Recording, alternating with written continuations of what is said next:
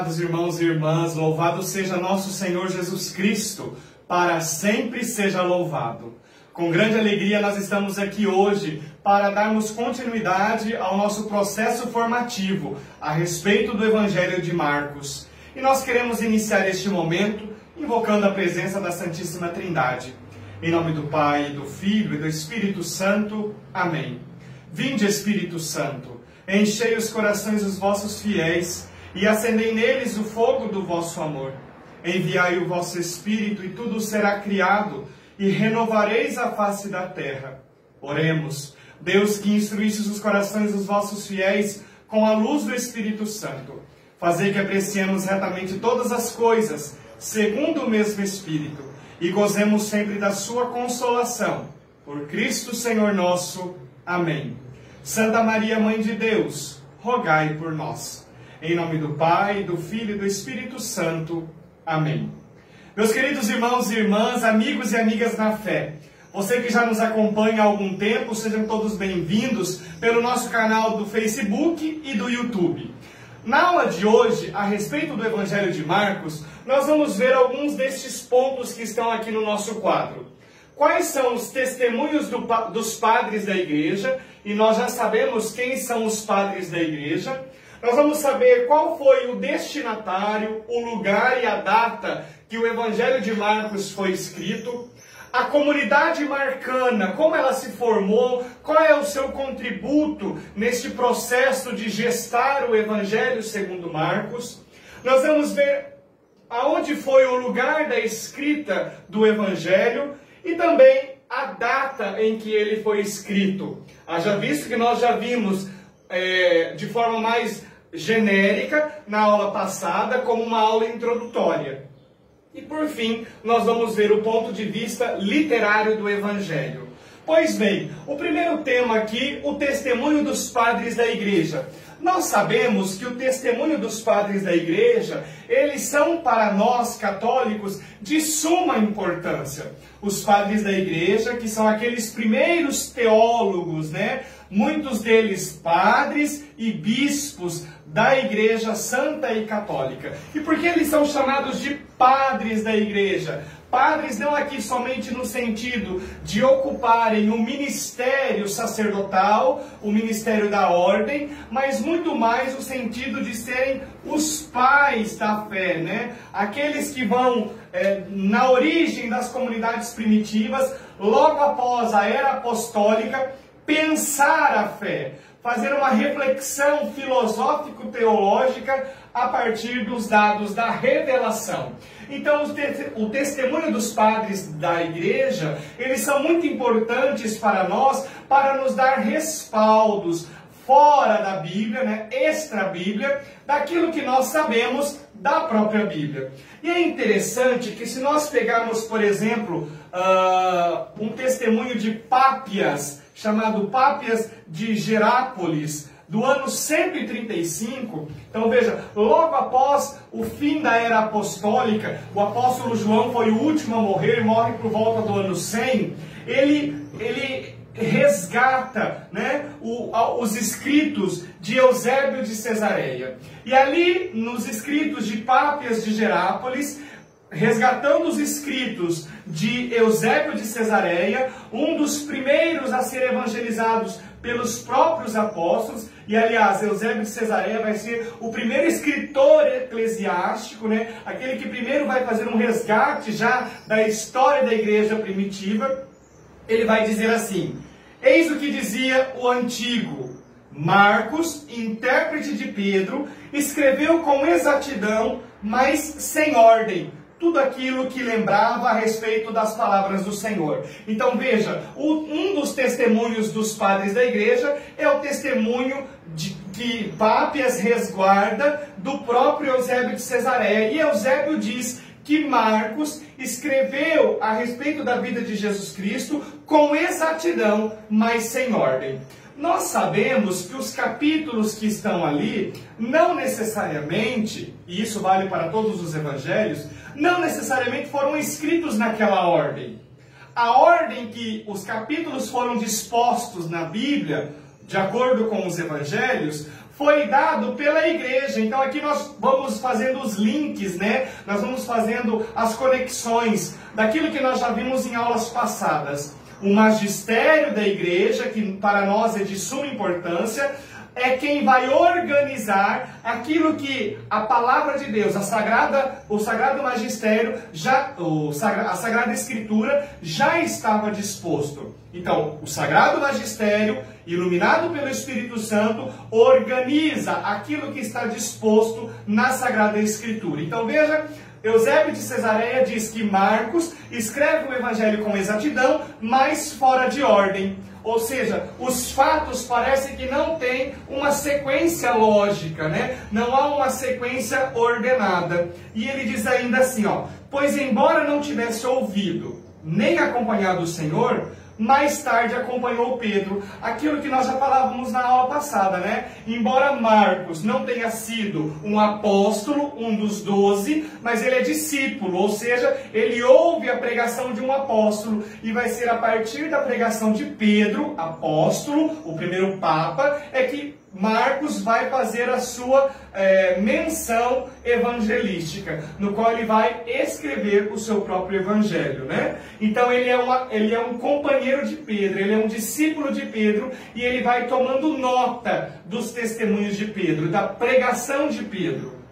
E Pedro, então, dava os seus ensinamentos, segundo Eusébio de Cesareia, conforme as necessidades, mas sem fazer uma síntese das palavras. Então imagine você, Marcos ouvindo a pregação de Pedro, que também não tinha uma sequência lógica, ele pegava alguns elementos da vida de Cristo, alguns elementos da vida pública de nosso Senhor, e Marcos, ouvindo isso, vai começar a escrever. E é claro que isso vai se dar de uma forma não ordenada. Então é isso que Eusébio está dizendo. Não é que o evangelho de Marcos é uma bagunça. Não se trata disso, absolutamente. Mas Eusébio está dizendo que Marcos foi retendo, escrevendo aquilo que ouvia de Pedro, e que muitas vezes não tinha uma ordem no sentido cronológico, no sentido factual, e por aí vai. Então, segundo Eusébio, o propósito de Marcos, então, não era senão, prestem atenção, a proposta, né, e o propósito de Marcos não era outro senão o de deixar de lado o que tinha ouvido e nada falsear daquilo que reportava. Então veja, interessante o que Eusébio de Cesareia diz, né? O evangelho de Marcos é escrito com exatidão. E aqui, embora não tenha, segundo Eusébio de Cesareia, uma ordem, não tenha ordem, ainda assim a gente sabe que esta exatidão, ela está embasada numa veracidade, ou seja, nada daquilo que Marcos escreve pode ser considerado como algo mentiroso ou falcioso. E ele diz que Marcos havia ouvido então a pregação de Pedro em Roma. Então aqui nós já adiantamos. Onde é que o evangelho está sendo escrito? Em Roma, provavelmente. Marcos acompanha Pedro, porque Pedro é martirizado por volta do ano 64 a 67 em Roma, pelo Império Romano. Um segundo aspecto muito importante é que Marcos havia retratado esta pregação, mas, segundo Pápias, esse texto que nós pegamos, diz que não tem uma ordem, então. Era considerado um evangelho um pouco confuso em sua relação. Por outro lado, nós temos nós temos em Marcos uma testemunha importante, né? Ou seja, a própria pregação. A pregação que Marcos retém de Pedro é de suma importância para o escrito do evangelho. Então, para Pápias, segundo o evangelho de Marcos, seria então uma codificação da pregação querigmática de Pedro. Então parece que Marcos vai elaborando o seu evangelho a partir do querigma anunciado por Pedro. E nós vimos na aula passada que querigma é o anúncio de Cristo morto e ressuscitado. Morreu, ressuscitou para nunca mais morrer, não é? Então, é interessante ressaltar isso. Depois, outro padre da igreja, Santo Irineu de Leão, no ano 180, ele diz que, depois da morte de Pedro e Paulo, Marcos, o discípulo e intérprete de Pedro, nos transmitiu igualmente por escrito a pregação de Pedro. Então veja, lá no ano 135, Pápias de Gerápolis já resguarda o que Eusébio de Cesareia havia dito. Marcos escreve com exatidão e sem ordem. Ou seja, essa exatidão está fundada na veracidade. 50 anos depois, no ano 180, nós temos então o testemunho de Santo Irineu de Leão, que diz que Marcos vai escrever de forma muito fiel à pregação de Pedro, né? Depois da morte de Pedro e Paulo, Marcos, o discípulo e intérprete de Pedro, nos transmitiu igualmente o que Pedro pregava. Então veja, há uma veracidade desde o Evangelho até a fala de Pedro. Atestam este dado também Clemente e Orígenes. São Clemente, padre da igreja, e Orígenes, que embora não seja santo, mas é considerado um padre da igreja, um pensador, aquele que pensou a fé cristã. E ele diz assim, o segundo é o Evangelho de Marcos, que o escreveu conforme a narração de Pedro, o qual o nomeia como filho na sua carta. Então veja, lá em 1 Pedro 5,13, Pedro chama Marcos de filho, e obviamente filho na fé, né? Nós vimos esse texto na aula passada. Depois, mais ou menos no século III, ali, século IV, nós temos São Jerônimo. E São Jerônimo, que é aquele que vai traduzir o hebraico do Antigo Testamento, o grego do Novo Testamento para o latim. Então, a Bíblia que nós temos hoje é a tradução da Vulgata, né? Ou seja, a tradução dos originais hebraicos e gregos para o latim. São Jerônimo, então, ele sintetiza as informações sobre a compilação do Evangelho segundo Marcos como uma obra sendo do intérprete de Pedro. Ou seja, é dado a autoria a Marcos, porque Marcos é discípulo de Pedro. E ele sintetiza de uma fórmula muito simples. O evangelho que Pedro anunciava, Marcos escrevia. Retenham isso, meus queridos. O evangelho que Pedro anunciava oralmente, Marcos escrevia. Então veja aqui que interessante. A tradição oral acompanha a tradição escrita. Então veja, na aula de hoje já citei o Sagrado Magistério, que dá a autenticidade à Sagrada Escritura, que por sua vez é embasada, fundamentada, busca suas fontes na tradição oral e na tradição escrita. Então, magistério, Sagrada Escritura e tradição são três elos intimamente relacionados, interligados, unidos entre si. E isso é muito importante. Ainda, segundo a tradição, Marcos teria evangelizado e fundado uma comunidade cristã no Egito, em Alexandria. Então veja, Marcos aqui, ele parece escrever o evangelho de Roma, mas é óbvio que Marcos não fixou morada em Roma até o fim da sua vida. Segundo a tradição, há fortes indícios, então, que ele tenha evangelizado, formado uma comunidade cristã no Egito, numa cidade chamada Alexandria, aonde, aliás, ele foi hostilizado e martirizado por causa da fé em Jesus Cristo.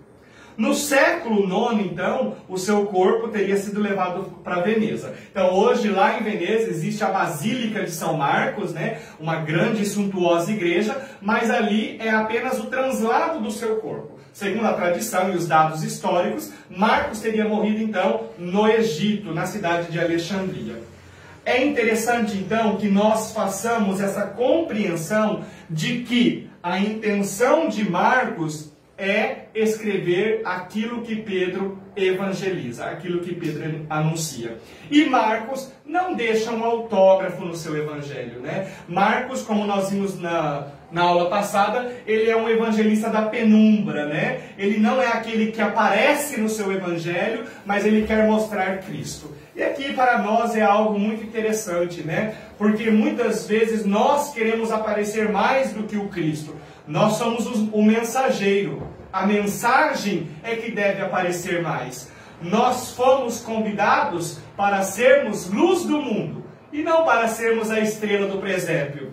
Muitas vezes nós cristãos, ao anunciarmos Jesus Cristo, queremos aparecer mais. Nós nos preparamos muito bem para termos uma arguição, para termos um discurso, uma retórica muito bem construída, muito bem feita. E isso é importante. No entanto, é preciso que Cristo cresça e eu desapareça. Nós aprendemos isso também com São João Batista. Então, a origem do Evangelho está, portanto, na pregação de Pedro em Roma. Marcos acompanha Pedro durante o seu trajeto até Roma, aonde ele vai ser martirizado. Segundo o testemunho das Escrituras, temos a menção de Marcos. Vamos ver lá, Atos dos Apóstolos, capítulo 12, versículo 12. Atos dos Apóstolos, 12, 12.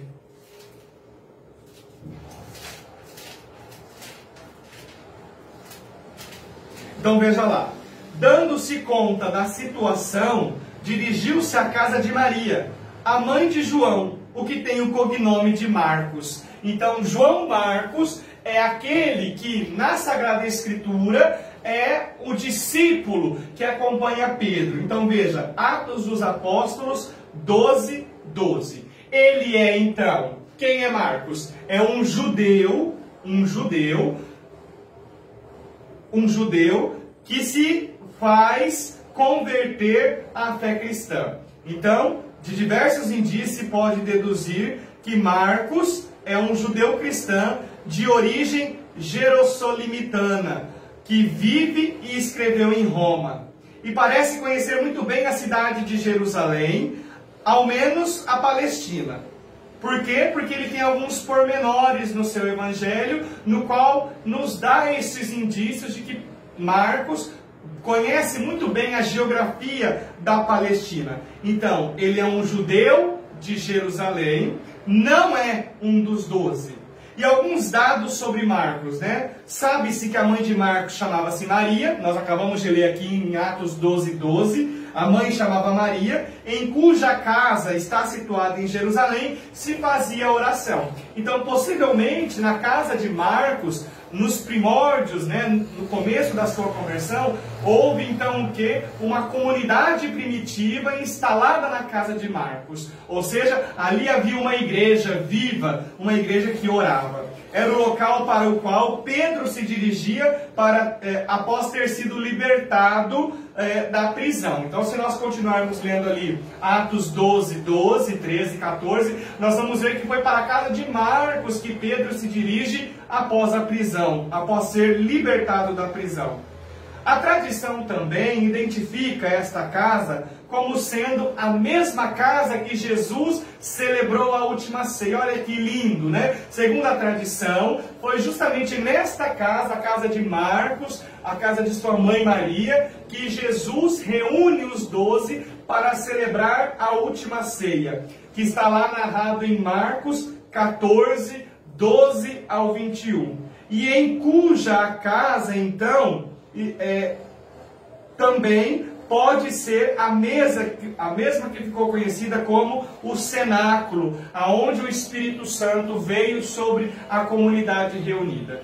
Então veja, a comunidade cristã parece se reunir muito ali no entorno da casa de Marcos, aonde havia uma comunidade cristã viva, fervorosa, formada, né? Então, há indícios de que a ceia tenha acontecido na casa de Marcos, e há indícios também que o cenáculo, que aquilo ali serviu como cenáculo para que o Pentecostes acontecesse, lá em Atos capítulo 1, capítulo 2, a partir do versículo 1, né? Então, outro fato interessante é que João Marcos foi companheiro na primeira missão de Barnabé e Paulo. É claro que ele foi discípulo de Pedro, mas ele acompanha Barnabé e Paulo, né? Ele acompanha Barnabé e Paulo durante as peregrinações, as viagens durante os momentos missionários de evangelização, no qual eles são enviados para a comunidade cristã em Antioquia, né? Onde os seguidores de Jesus foram chamados pela primeira vez de cristãos. Atos 11, 26. Não se sabe, porém, por qual motivo, mas João Marcos, ele abandona a missão, junto com Barnabé, logo após o primeiro momento. Então, e ele chega a Perge, né? Quando regressa para a sua casa. Veja lá, Atos 13, 13. Então, num primeiro momento, ele segue Barnabé e Paulo, parece que eles não se entendem, e Marcos, então, regressa para Jerusalém, e aí, então, que ele começa o seu discipulado junto de Pedro. Atos 13, 13. De Pafos, onde embarcaram Pedro e Paulo, seus companheiros alcançaram Perge, na Panfilha. Quanto a João Marcos, separando-se deles, voltou para Jerusalém. Então veja, Marcos se separa de Paulo e Barnabé e volta então para Jerusalém. Após então a reunião eclesial que se deu em Jerusalém, para tratar da questão da circuncisão, então nós temos aqui em Atos capítulo 15, o concílio de Jerusalém, né?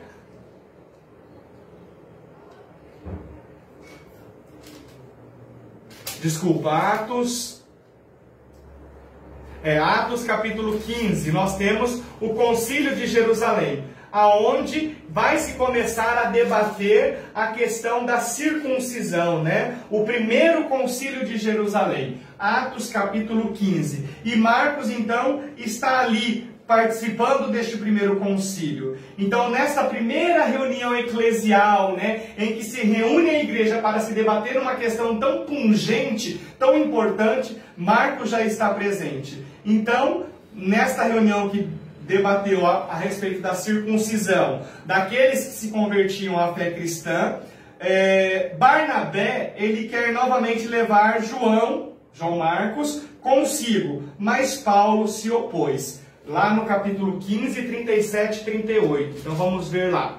Marcos 15, 37 e 38.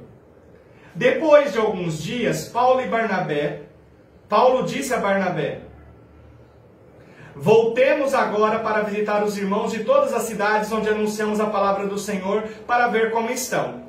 Mas Barnabé queria levar consigo também João, cognado Marcos, enquanto Paulo exigia que não se levasse aquele que os deixara desde a Panfilha e não os acompanhara no trabalho. Então veja, teve o concílio de Jerusalém, Barnabé e Paulo vão continuar a sua missão apostólica, Barnabé parece nutrir um sentimento por Marcos, no entanto Paulo fala assim, não vamos levar aquele que nos abandonou em Panfilha. Então ali há um entravezinho entre Barnabé e Paulo, que não querem e não aceita a proposta de Barnabé de levar Marcos consigo, né? Aí então, Barnabé toma consigo Marcos, embarcando para Chipre, enquanto Paulo toma consigo Silas e vai para a sua missão apostólica.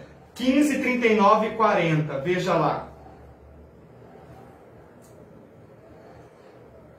Mas Barnabé queria levar também consigo João, cognado Marcos, enquanto Paulo exigia que não se levasse. A irritação se tornou tal que eles se separaram um do outro. Barnabé, tomando Marcos consigo, embarcou para Chipre, enquanto Paulo escolheu Silas e partiu recomendando a graça de Deus pelos irmãos. Então veja, Barnabé agora vai evangelizar com Marcos, Paulo vai evangelizar com Silas. Nós temos ainda uma notícia posterior que atesta que Marcos era primo de Barnabé. E talvez aí o sentido de Barnabé querer estar junto com o evangelista Marcos. Isso explicaria também o seu interesse e a sua preocupação em levá-lo na missão. Porque eram parentes, então Barnabé não quer deixar Marcos para trás. E acontece que a missão ali entre Barnabé e Paulo se divide. Paulo vai com Silas, Barnabé vai com Marcos. Então, nós vemos Por isso, a explicação, a fundamentação de como acontecem esses primeiros momentos de evangelização a respeito de Marcos, né? O testemunho dos padres da igreja a respeito deste personagem que escreve o primeiro evangelho de Marcos. Aí então, continuando a nossa reflexão, Barnabé continua apostando em Marcos, mesmo após a sua primeira falida missão, ao lado de Paulo. Todavia, Marcos reapareceu ao lado de Paulo durante o seu primeiro cativeiro romano. Olha que interessante. Às vezes a gente acha assim, porque se separou, eles brigaram. Não. As primeiras comunidades não tinham aquilo que nós temos hoje. Então veja, se separaram talvez por questões de laços, de relacionamento, ou por questões de pregação, de concordância, mas eram irmãos na fé. Colossenses 4:10. Colossenses 4:10 nos diz assim, ó.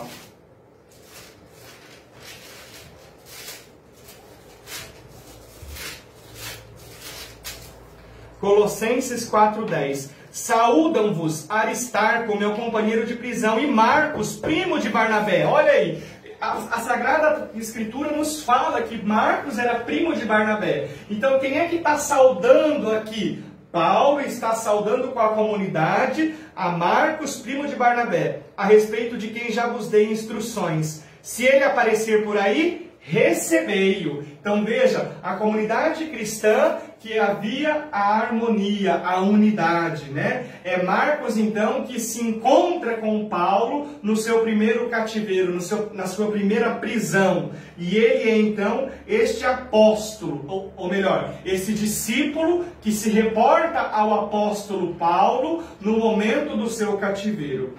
E o apóstolo Paulo então reclamou a sua ajuda pouco antes de morrer, ou seja, ele pede a sua ajuda. 2 Timóteo 4:11. 2 Timóteo 4:11. Somente Lucas está comigo. Veja, Paulo está chegando ao momento de sua vida final e ele diz, olha, todos me abandonaram, somente Lucas está comigo. Toma contigo Marcos e traze-o. Ele está escrevendo isso para Timóteo, né? Traz Marcos até mim, pois me é útil no ministério. Então veja, Marcos é útil para Paulo no seu ministério de evangelização.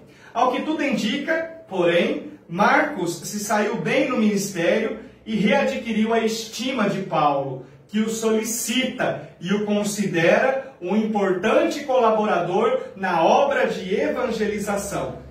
Além desses testemunhos que nós já vimos até aqui, Marcos 14, 51, 52, então lá no evangelho do próprio Marcos, Marcos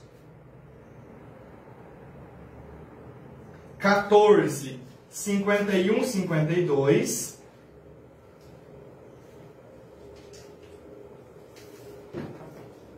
Marcos 51, 52 nos mostra: um jovem o seguia e sem roupa, era só um lençol enrolado no corpo, e foram lá agarrá-lo. Ele, porém, deixando o lençol, fugiu nu. Então veja, um pormenor que só encontramos em Marcos nos mostra que muitos comentadores, muitos biblistas, parecem falar que esse jovem é o próprio evangelista. Ele se coloca ali de forma sutil no evangelho que ele mesmo está escrevendo. Então, Marcos, capítulo 14, 51, 52. Este jovem que está sem roupa e que só tem um lençol amarrado no seu corpo, parece ser, segundo os estudiosos de Bíblia, o próprio Marcos que nos coloca no seu evangelho, né? Interessante. Um jovem o seguia e a sua roupa era só um lençol enrolado no corpo, né? E foram lá para agarrá-lo. Ele, porém, deixando o lençol, fugiu nu. Se poderia pensar que essa referência seja uma marca deixada pelo próprio evangelista? É um companheiro de Paulo e Barnabé na primeira viagem, nós já vimos isso, né? Podemos nos perguntar por que o evangelho canônico, sendo e tendo o estatuto de escritura sagrada, seria atribuído a um personagem secundário. Então, por que o Evangelho segundo Marcos é atribuído a este homem, que é um discípulo primeiro de Paulo, depois se separa, vai se tornar discípulo de Pedro, e é, portanto, um discípulo, alguém secundário? Por que é que se daria, então, o magistério, se daria uma autenticidade canônica para este personagem secundário? Uma possível resposta é que, segundo a tradição, conservou-se a memória de que Marcos, como sendo ele mesmo o autor do evangelho que leva o seu nome. Então, uma antiquíssima tradição nos mostra que Marcos, este primo de Barnabé, que seguiu Paulo e depois Pedro, é de fato o autor do evangelho que leva o seu nome, né?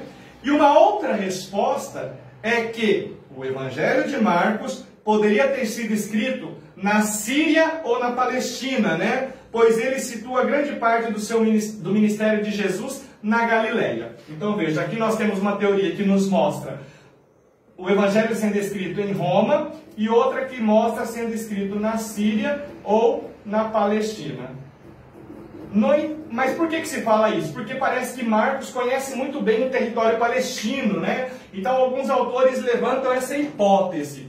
No entanto, talvez a mais recomendada, né, a mais garantida, é que ele esteja em Roma acompanhando Pedro na prisão.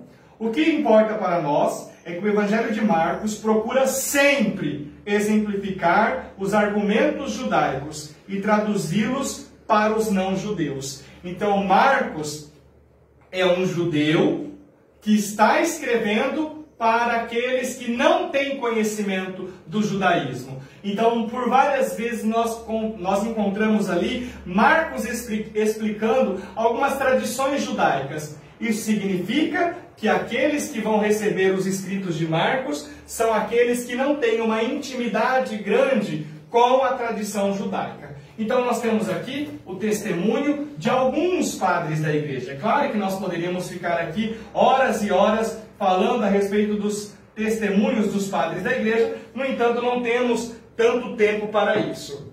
Quais são os destinatários, o lugar e a data que o Evangelho de Marcos foi escrito então? Lendo o Evangelho de Marcos, temos que dizer, por argumentos do próprio texto, que ele foi escrito para gentios cristãos. Então, para quem Marcos está escrevendo? Gentios cristãos. Quem são os gentios? São os pagãos.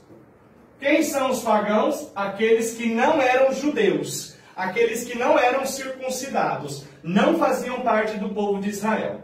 E aqui é muito importante a gente fazer a diferenciação, porque no início das primeiras comunidades existiam dois grupos. O grupo dos gentios cristãos e o grupo dos judeus cristãos. Então, o grupo dos judeus cristãos era aqueles que já eram judeus e se convertiam ao cristianismo. Os gentios cristãos eram aqueles que não eram judeus e, portanto, eram considerados pagãos e eles se convertiam ao cristianismo.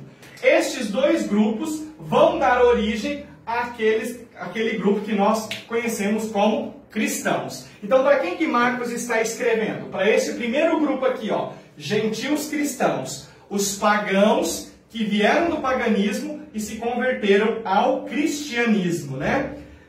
Pois vemos ao entorno do texto de Marcos que por vários momentos ele explica, como eu disse anteriormente, alguns costumes judaicos. Então, por exemplo, Marcos 3,17. Marcos 3,17.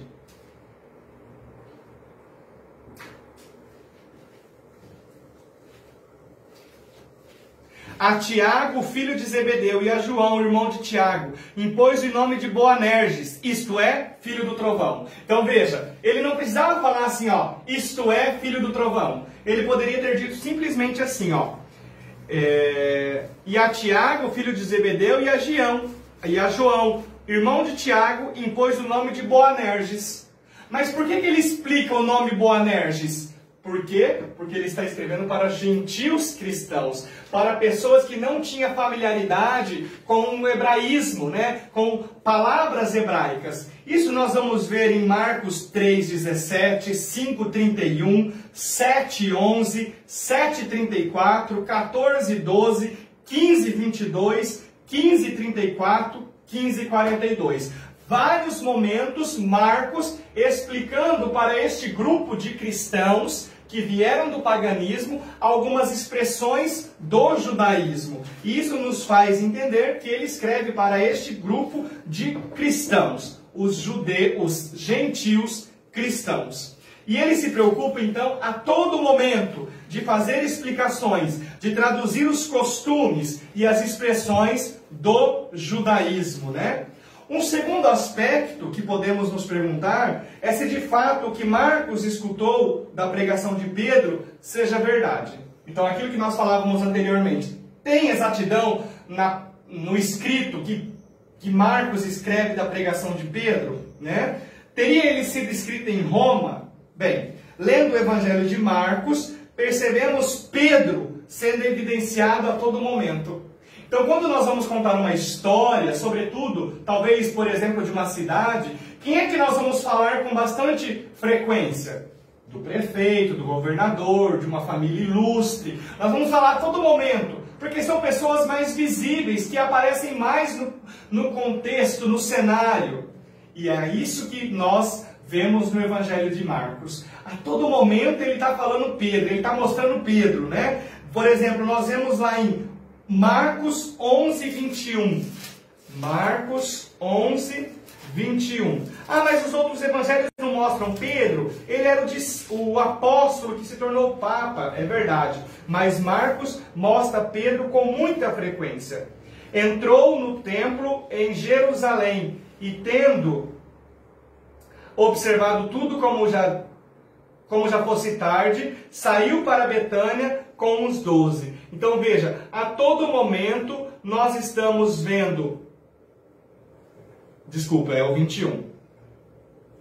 Pedro se lembrou e disse: Rabi, olha a figueira que amaldiçoaste, secou. Então veja, Marcos 11, 21. Marcos 13, 1, 14. Nós temos um discurso escatológico no qual Pedro parece ser ali uma figura muito importante. Marcos evidencia Pedro a todo momento, né? Então, o autor do Evangelho de Marcos, que é o próprio Marcos, ele então parece ser bem familiar com o apóstolo Pedro. Lá no episódio da figueira, em Marcos 11, 21, nós vemos então o episódio em que Pedro protagoniza a fala. Pedro se lembrou e disse. Veja, que interessante, né? A familiaridade. Já em Mateus, o mesmo episódio é protagonizado pelos discípulos. Então veja, aqui no Evangelho de Marcos, quem é que vai falar sobre a figueira? Pedro. Lá no Evangelho de Mateus, Mateus 21, 20, o mesmo relato da figueira que se secou é observado pelos discípulos. Então veja, aqui no Evangelho de Marcos, há uma notoriedade maior em cima da pessoa, da figura de Pedro. Sobre a grandeza e o templo de Salomão, por exemplo, a pergunta admirada parece partir de Pedro. Marcos 13, 3, 14. Pedro se torna, então, um protagonista ali no relato evangelístico. Enquanto que o mesmo episódio, em Mateus 24, 3 e em Lucas 21, 7, ela parte de todos os discípulos. Então veja, mais uma vez, Marcos dá uma notoriedade para Pedro. Por detrás do Evangelho de Marcos temos Pedro, de que trata conscientemente do seu próprio erro. Pedro que toma consciência do seu erro de ter negado o seu próprio mestre, né? Por detrás, então, desta consciência de Pedro, nós temos aquilo que escreve o evangelista Marcos, né? Pedro se retrata, então, conscientemente do erro de ter traído o seu próprio mestre. E nós temos também no Evangelho de Marcos uma certa tonalidade de perseguição, né? A dimensão da cruz, do sacrifício, do sofrimento é muito evidenciado. E a cristologia de Marcos é a cristologia do servo sofredor. Lembra que eu disse na aula passada? É uma cristologia ascendente, que parte do conhecimento da humanidade de Jesus até chegar à sua humanidade, à sua divindade. Parte do seu sofrimento, da sua agonia, da sua angústia, da sua perseguição, até chegar no conhecimento de Jesus Cristo, na sua glória, na sua realeza, como Filho de Deus. Então, a cristologia de Marcos é a cristologia do servo sofredor. E aonde se situa, então, este momento da história do cristianismo em que a comunidade se afronta com a sua própria realidade? Então veja, a comunidade ao qual Marcos está escrevendo é uma comunidade que olha para aquilo que Marcos escreve e enxerga a sua própria realidade. Então a comunidade se reflete nos escritos de Marcos e os escritos de Marcos se refletem na comunidade perseguida. Porque assim como Cristo foi perseguido, assim também os primeiros cristãos estão sendo perseguidos, estão sofrendo, estão sendo agonizados. E por isso Marcos faz esta relação da comunidade primitiva com o próprio Cristo. Então essa dimensão da cruz, do sacrifício, perpassa todo o seu evangelho. Por quê? Num plano externo, Nero, então, a partir de 64, 65 depois de Cristo, começa uma perseguição aos judeus e também aos cristãos, né? E dentro deste conceito, devemos postular que o Evangelho foi escrito, então, entre os anos 64, 68, até o ano 70. Então, o Evangelho de Marcos, ele é escrito por volta dos anos 60 até o ano 70. Por quê? Mais ou menos aqui no ano 64, nós temos a perseguição de Nero. Então, os cristãos estão sendo perseguidos. E nesta perseguição aqui, a comunidade se vê refletida na perseguição que o próprio Cristo sofreu. Então, ela não foi escrita depois de 70, porque nós sabemos que aqui em 70 nós temos a destruição do templo de Jerusalém. Então, a destruição do templo de Jerusalém. E Marcos não menciona isso no seu evangelho. Então, o evangelho é escrito entre a perseguição que Nero empreende à comunidade, no ano 64 mais ou menos. Então é escrito entre os anos 64 ao ano 70, antes da destruição do templo de Jerusalém. Nesses anos, então, a comunidade está sendo sacudida, a comunidade está sendo como que levantada em sua própria fé. E diante dessa perseguição feita à comunidade, aos cristãos, muita gente se pergunta: onde está o Jesus Messias? E esta talvez é uma pergunta que nós hoje, cristãos do século 21, fazemos. Senhor, aonde estás? Estamos passando por uma pandemia miserável, uma pandemia que tem ceifado inúmeras vidas.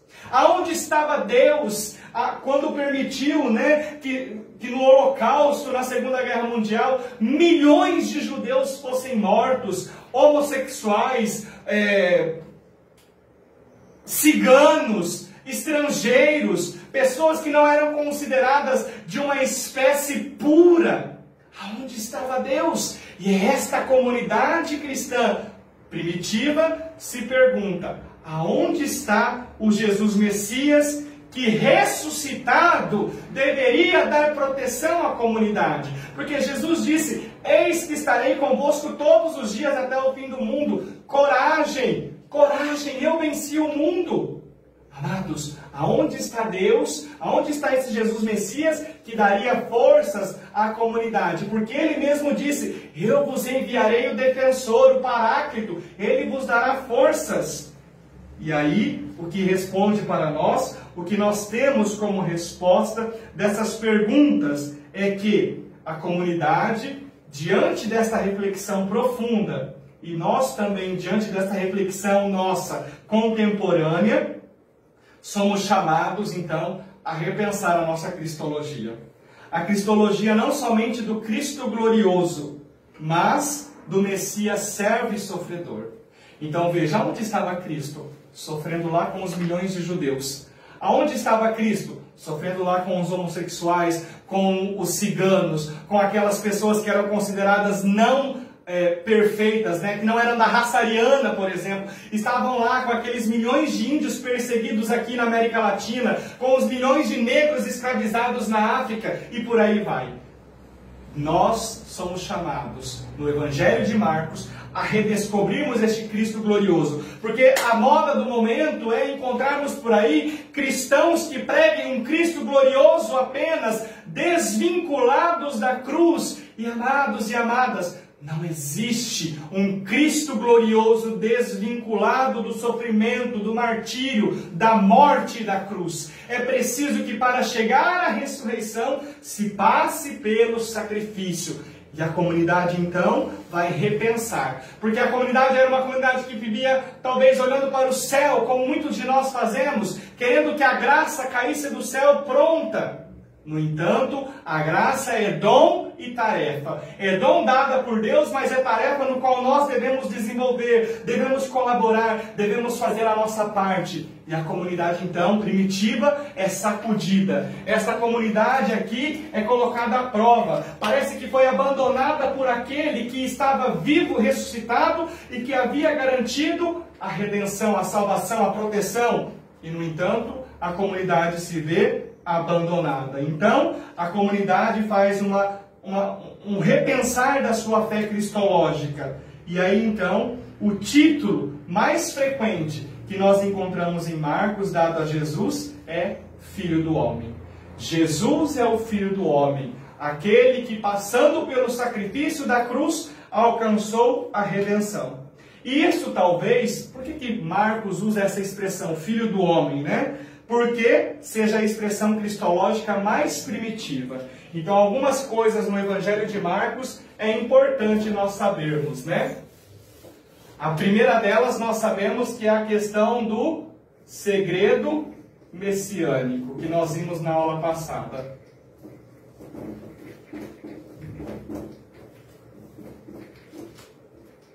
Outra coisa importante que nós precisamos saber no Evangelho de Marcos é essa expressão, Filho do Homem. Quando o Filho do Homem for levantado, e por aí vai, né? Então são duas expressões muito importantes. Marcos, através desta expressão, Filho do Homem, vai querer mostrar que Jesus é o Filho de Deus. Ele abre o seu Evangelho assim, e ele encerra o seu Evangelho assim. E nós vamos ver isso na aula da semana que vem, né? Esses pormenores desta abertura e fechamento do Evangelho de Marcos, nesta expressão, Jesus, Filho de Deus. É isso que ele quer mostrar aos seus leitores. Então, o Evangelho é envolvido por um certo mistério, né? Ou seja, aqui, ó, o segredo messiânico. O Evangelho é envolvido por um certo mistério. Por quê? Porque Marcos quer levar a sua comunidade, que passa pelo sofrimento, pela perseguição, pela morte, para descobrir neste segredo messiânico, através de Jesus, Filho do Homem, na sua humanidade, levando eles a descobrir a sua divindade. Jesus é o Filho de Deus. Então, o lugar para nós compreendermos, o lugar que foi escrito o Evangelho de Marcos, então, é certamente Roma, como nós já víamos, pois as narrações são espontâneas e cheias de simplicidade. O estilo de Marcos está a serviço da própria cristologia. Então, Marcos foi escrito para pagãos que eram cristãos. Ele foi escrito em Roma, provavelmente entre os anos 64 e 68, mais ou menos, né? Antes do ano 70 e entre a perseguição de Nero. Quanto à comunidade, o que nós já falamos, que é uma comunidade perseguida, uma comunidade que é sacudida na fé, Marcos escreve: é preciso contentar-se que, com uma configuração diáfana e incerta da comunidade de Marcos, que de qualquer modo devemos supor essencialmente fiel ao Evangelho escrito por ele.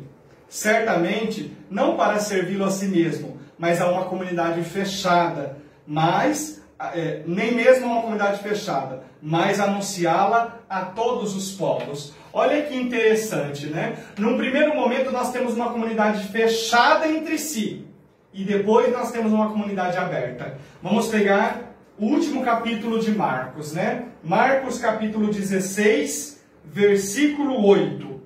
É o episódio da ressurreição. Marcos 16, 8. Elas saíram e fugiram do túmulo, pois um temor e um estupor se apossaram delas. E nada contaram a ninguém, pois tinham medo. Aqui termina o Evangelho de Marcos.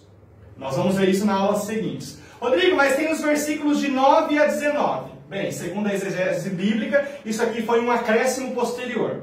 Marcos termina o seu evangelho com uma comunidade fechada em si mesma, uma comunidade amedrontada por causa da perseguição de Nero, o imperador romano. Então, num primeiro momento, a comunidade está fechada. Eles não evangelizam, não vão anunciar o evangelho, mas eles veem o ressuscitado e se fecham por medo. Lá no versículo 12 diz assim: depois disso, ele se manifestou de outra forma a dois deles, enquanto caminhavam para o campo. Eles foram anunciar aos restantes, mas nem nestes creram. Então veja, num primeiro momento a comunidade está fechada, num segundo momento a comunidade está aberta. Eles vão lá anunciar, só que o povo lá acaba não acreditando. E aí Jesus vai dizer a grande frase que abre a missão de evangelização. Marcos 16, 15. E disse-lhes: ide por todo o mundo e proclamai o evangelho a toda criatura.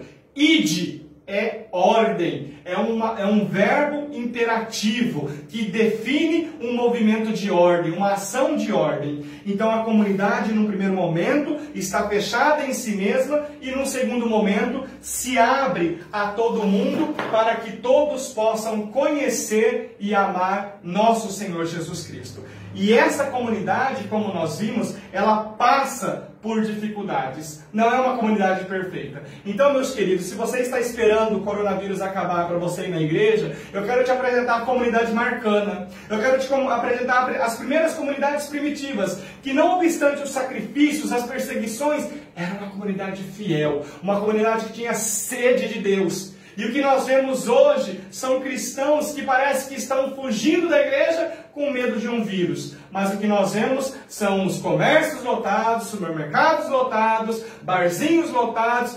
Todos nós temos o livre-arbítrio, a liberdade de fazermos o que quisermos. Mas e a nossa fé? Nós vamos deixar de estar juntos com o nosso Senhor, que nos reúne ao redor de sua mesa, por medo? A comunidade, no primeiro momento, se fechou por medo, mas depois se abriu a graça de Deus e deixou-se evangelizar pelo próprio Espírito Santo, tornando-se mensageiros de Deus. E por isso, nós, que também sofremos perseguições, diferentes, claro, dos primeiros cristãos, hoje a igreja ainda continua sendo perseguida. Tantos e tantos cristãos morrem por causa do Cristo.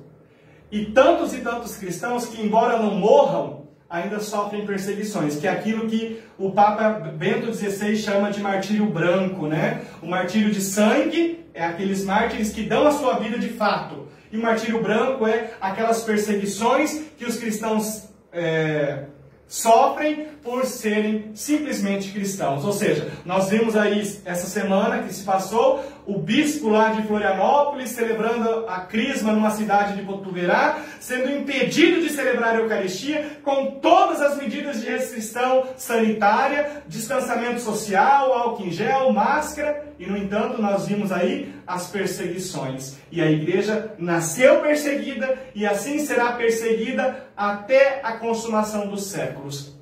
E essa comunidade que passa pela perseguição reflete a sua própria fé e se encontra no Cristo crucificado, pobre, servidor, no servo sofredor, a sua redenção.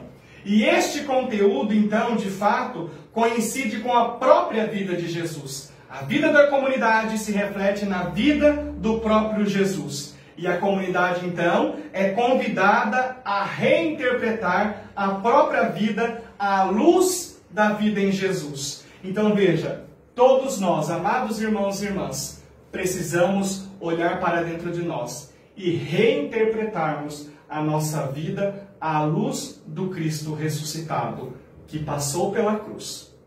Qual Cristo você tem seguido? Qual Cristo nós temos apresentado ao mundo?